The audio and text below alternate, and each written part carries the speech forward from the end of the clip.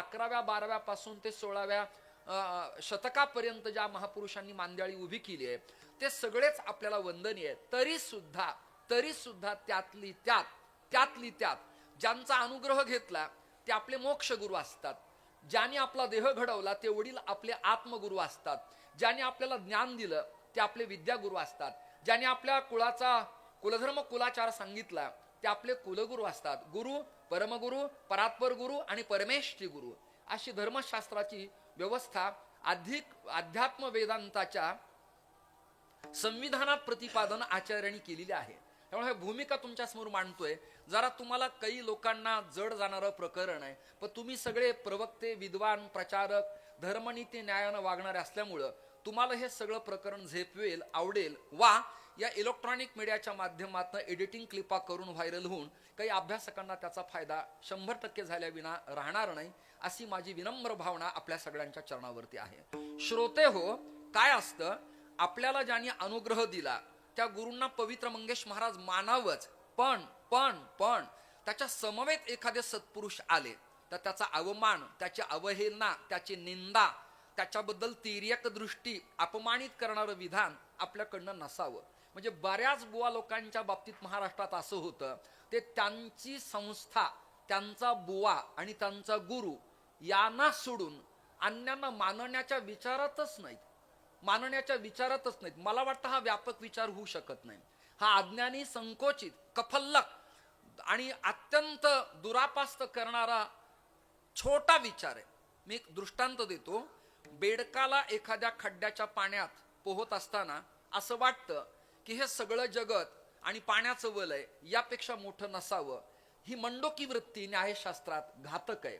पण तो जेव्हा सागर, अटलांटिक, पॅसिफिक, अरबी समुद्र पाहिल तेव्हा त्याच्या लक्षात येईल, अरे ज्या खड्ड्याला, ज्या पाण्याच्या प्रवाहाला, ज्या गंधगीला, ज्या प्रदूषित शेवाळाला, ज्या जलपरीला मी सागर मानलं ते तर संकोचित आहे. यापेक्षा सागर फारच मोठा आहे.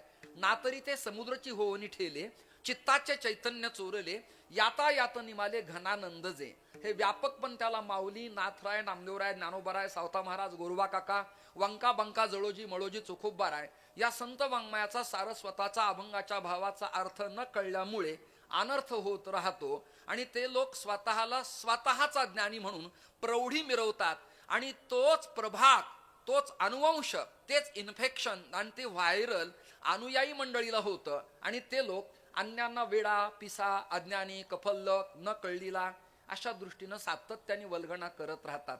ज्ञानोबारायांची जरा चिंतनाची भूमिका मांडा ना.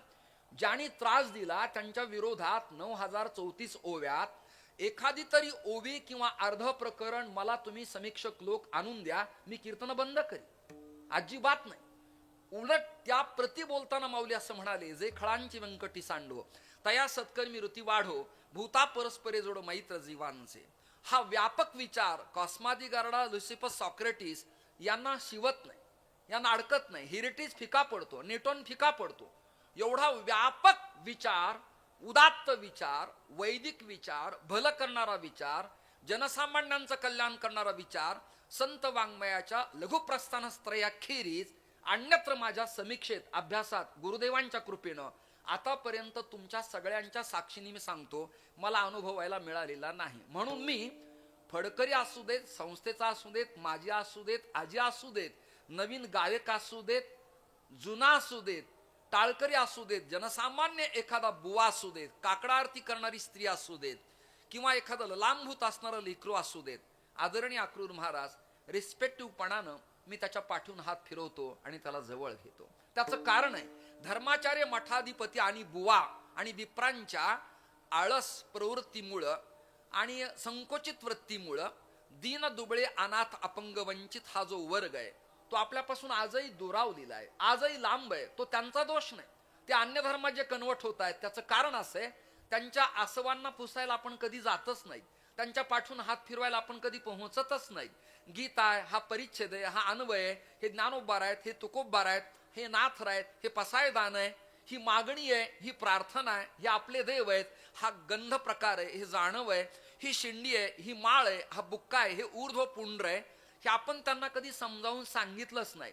त्यामुळे अक्कलकुवा, नंदुरबार, गुजरात, पालघर या भागातले हिंदू धर्मातनं अन्य धर्मात कन्वर्ट होणाऱ्या लोकांचा खेद आणि दुःख हे की तुमचे धर्माचार्य, तुमचे बुवा, तुमचे साधू, तुमचे विप्र, तुमचे शंकराचार्य, तुमचे धर्माचार्य, तुमचे मंडलेश्वर आमच्या जनसामान्यांच्या पर्यंत येत नाहीत.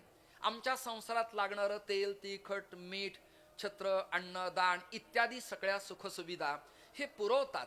आमच्या दुःखात ते धावतात, सुखातही येतात. कित्येकांचे विवाह केले, वस्तू प्रपंच उपयोगी आणून दिल्या.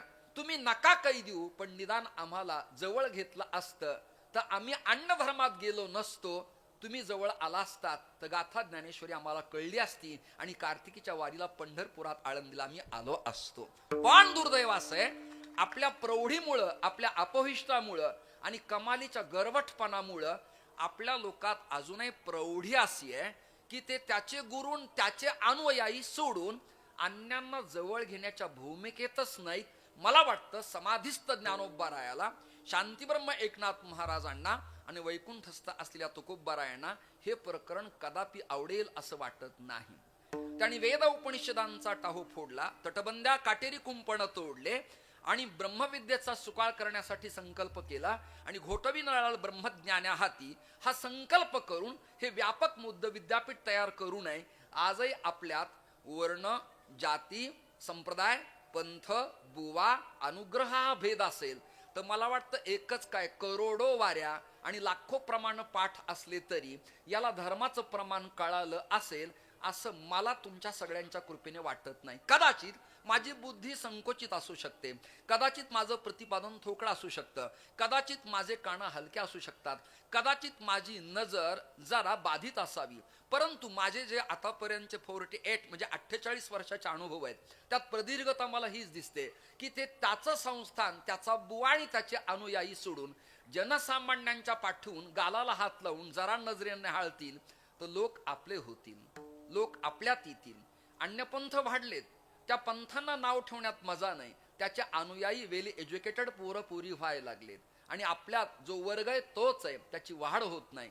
त्यामुळं अक्रूर महाराज तुमची सगळ्यांची, मध्यम वयस्करांची, युवकांची, नवीन पिढीची ही आवश्यकता आहे की कीर्तन, चिंतन, प्रवचन, तत्वज्ञान, पारायण, गंध, माळा, जप, जाप्य, होम, हवन, पारायण अनुष्ठान कराच.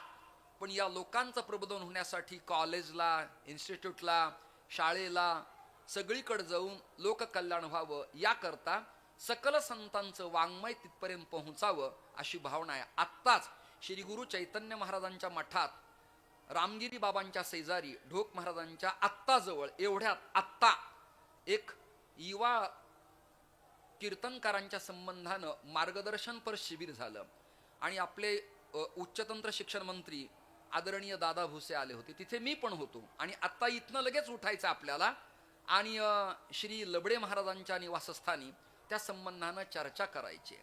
जुन्यांना फार अट्टहास नाही करायचा. एक वाक्य बोलतो, तुम्ही कदाचित टाळ्या वाजवाल. जुन्यांचा कर्मठपणा आणि नव्यांचा ताठरपणा शिथिल झाला तर महाराष्ट्र शिवराज्य होईल आणि आपला भारत रामराज्य होईल. त्यामुळे सगळ्यांना जवळ घ्या. एखादा अज्ञानी असेल तर पाया पडताना एखादा ग्रामीण मनुष्य असतो, आपण तोंड बघून चल सरक, मला वेळ नाही असं म्हणतो आणि जरा डायरी आणलेला, गोल्डन हातात असलेला, पुण्या मुंबईचा, अरे कधी आलात तुम्ही, चहा घेतला का, हे सुद्धा वैमनस्य आहे.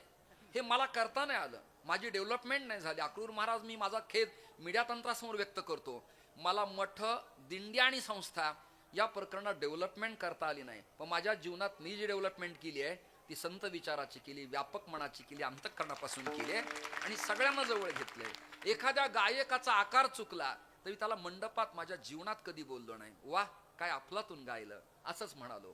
वादकाची लग्गी आघाव एक मात्रेनं पुढं सरकली तर त्याला मी तेवढ्याच मात्रेपुरतं काय छान वाजवलं एवढंच म्हणतो आणि खोलीत गेल्यावर सांगतो, अरे आघात तुझा तीव्र गतीनं झाला, सम थोडी लांब होती, तू कालातच आघात केलास, हे सांगता आलं पाहिजे. आता बुवांना लव काय आणि चाटी काय हे काही लोकांना कळतच नाही. लव म्हणजे प्रेम असतं एवढंच आपल्याला माहिती आहे. तर पखावजाला आणि तबल्याला सुद्धा लव मैदान आहे. तुम्ही सुखदला विचारा, ते त्यातले तज्ञ आहेत. तळवळकरांना विचारा, घोरपडकर गुरुजींना विचारा, डवरी गुरुजींना विचारा, वैद्यबाबांना विचारा, जाणकाराला विचारा, सुभाष देशमुखांना विचारा, तुम्ही जगदाळे गुरुजींना विचारा, तुम्ही दासोपंतांना विचारा तुम्ही. अरे त्यातला जो जाणकार आहे त्याला विचारा ना. त्यालाही लव आहे, त्यालाही मैदान आहे, त्यालाही चाटी आहे, त्यालाही स्पंदन आहेत, त्याला तिरकिट, धीरकिट, घिडनग ही अक्षर 3च बोटाची, पण त्याची वादन संस्कृती आणि नादब्रह्म स्वतंत्र आहे. स्वतंत्र आहे. पखवाजाकडचं क आणि ग ही अक्षर स्वतंत्र आहेत. क अत स्वतंत्र आहे. त्यामुळे हे जोपर्यंत वक्त्याला कीर्तन करताना कळत नाही, मिनिमम प्रायमरी त्याला पखावज कळावा, त्याला स्वर कळावा. काही काही बुवा चांगल्या चांगल्या वादकाला ते जरा कमी आहे, नीट करा म्हणतायत. मला खेद वाटतो, हे तुझं कमी तुला कधी कळणार आहे? आणि तोही पखावज वादक बिचारा नारदाच्या गादीचा नामदेवरायांचा अपमान कशाला म्हणून जरा पखावज उभा करतो आणि मग ते सांगतात कमी आहे. तो बिचारा वर्ण मारतो, पुन्हा 10 वाजवतो. हे म्हणतात जरा जास्त झाले, खालून मारा. म्हणजे नेमकं कुठे मारा आणि कधी मारा हे ज्यांना कळत नाही, अशी माणसं जर धर्मप्रचाराला संप्रदायात आली तर मला वाटतं काही बरं नाही. ज्याला स्वर नाही, ताल नाही, त्यांनी व्याख्यान करावं, प्रवचन करावं, अनुष्ठान करावं, चिंतन करावं. मग ते प्रमाण देतात, गाता येईल तेण्याची गावे, एरी हरी हरी म्हणावे, आणि जसं येतं तसं गा, असं एक प्रमाण आहे. पण याचा अर्थ असा नाही. आपला संप्रदाय मुक्त आहे, पण मुक्त शब्दाचा अर्थ स्वैराचार नाही. मुक्त आहे पण सदाचार युक्त मुक्त आहे असा त्याचा अर्थ आहे. मला वेळ फार कमी आहे आणि कमी वेळेत तुम्हाला मला अभंगाच्या भूमिका मांडायच्यात. निवृत्तींना दादांचा अधिकार सर्वश्रेष्ठ आहे. त्याला एक प्रमाण देतो तुमच्या पाठातले, तुम्ही मला मदत कराल, माझ्या मागे म्हणाल आणि मग उत्तरार्धात उच्च स्वरात म्हणाल. ते प्रमाण असे: विश्वाचा तू गुरु स्वामी निवृत्ती दातारू, स्वामी निवृत्ती दातारू, स्वामी निवृत्ती दातारू. विश्वाचा तो गुरु स्वामी निवृत्ती दातारू, पखवाजाच्या धुमात स्वामी निवृत्ती दातारू. विश्वाचा तो गुरु स्वामी निवृत्ती दातारू, स्वामी निवृत्ती दातारू, स्वामी निवृत्ती दातारू. विश्वाचा तो गुरु स्वामी निवृत्ती दातारू, स्वामी निवृत्ती दातारू, स्वामी निवृत्ती दातारू.